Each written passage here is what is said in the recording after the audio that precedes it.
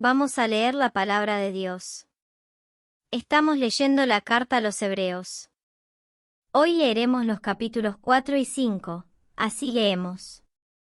Capítulo 4. Por eso, mientras la promesa de entrar en el reposo de Dios aún permanece, debemos tener cuidado, no sea que alguno de vosotros se quede sin entrar. También a nosotros se nos ha anunciado la buena nueva como a ellos, pero a ellos de nada les sirvió haber oído la palabra, porque no se adhirieron por la fe a aquellos que sí la oyeron. Pero los que hemos creído entramos en el reposo, conforme a lo que Dios dijo. Por tanto, juré en mi ira que no entrarían en mi reposo, aunque sus obras estaban acabadas desde la fundación del mundo. Pues en cierto lugar de las Escrituras se dice del séptimo día, y reposó Dios de todas sus obras en el séptimo día. Y nuevamente dice en el mismo texto, no entrarán en mi reposo. Por lo tanto, puesto que falta que algunos entren en el reposo, y aquellos a quienes primero se les anunció la buena nueva no entraron por causa de la desobediencia, Dios otra vez determina un día, el hoy, por medio de David, quien dijo mucho tiempo después, y según el pasaje citado anteriormente, si oís hoy su voz, no endurezcáis vuestros corazones. Si Josué les hubiera dado el reposo, no hablaría después de otro día. Por tanto, aún queda un reposo para el pueblo de Dios, porque el que ha entrado en su reposo, también ha reposado de sus obras, como Dios reposó de las suyas. Procuremos, pues, entrar en aquel reposo, para que ninguno caiga imitando el mismo ejemplo de la desobediencia. Porque la palabra de Dios es viva y eficaz, y más cortante que toda espada de dos filos, y penetra hasta partir el alma y el espíritu, las coyunturas y los tuétanos, y discierne los pensamientos y las intenciones del corazón. Y ninguna cosa que Dios ha creado puede ocultarse de su presencia, antes bien todas las cosas están desnudas y expuestas a los ojos de aquel a quien tenemos que rendir cuentas. Por tanto, ya que tenemos en Jesús, el Hijo de Dios, un gran sumo sacerdote que traspasó los cielos, permanezcamos firmes en la fe que profesamos.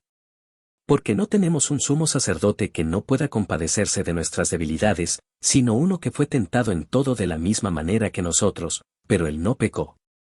Acerquémonos, pues, confiadamente al trono de la gracia, para alcanzar misericordia y hallar gracia en el momento en que precisemos de su ayuda. Capítulo 5. Porque todo sumo sacerdote es escogido entre los hombres para representar ante Dios a todos los demás, ofreciendo dones y sacrificios por los pecados. El sacerdote puede compadecerse de los ignorantes y extraviados, ya que él mismo está sujeto a la debilidad humana. Por eso debe ofrecer sacrificios tanto por sus propios pecados como por los del pueblo. Y nadie toma para sí esta honra, sino el que es llamado por Dios, como lo fue Aarón. Por eso, tampoco Cristo se glorificó a sí mismo haciéndose sumo sacerdote, sino que fue Dios quien le dijo, tú eres mi hijo, yo te he engendrado hoy. Como también dice en otro lugar de las Escrituras, tú eres sacerdote para siempre, según el orden de Melquisedec. Y Cristo, en los días de su vida terrena, ofreció ruegos y súplicas con gran clamor y lágrimas al que lo podía librar de la muerte, y fue oído a causa de su humilde obediencia. Y, aunque era hijo, a través del sufrimiento aprendió lo que es la obediencia. Y después de haber alcanzado la perfección, llegó a ser autor de eterna salvación para todos los que le obedecen, y fue declarado por Dios sumo sacerdote según el orden de Melquisedec. Acerca de esto tenemos mucho que decir, pero es difícil de explicar, porque sois muy lentos para entender.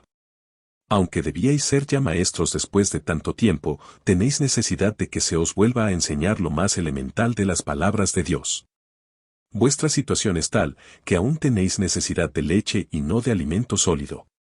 Y todo aquel que se alimenta de leche es inexperto en la palabra de justicia, porque no es más que un niño. El alimento sólido es para los que han alcanzado madurez, para los que por el uso tienen los sentidos ejercitados en el discernimiento del bien y del mal.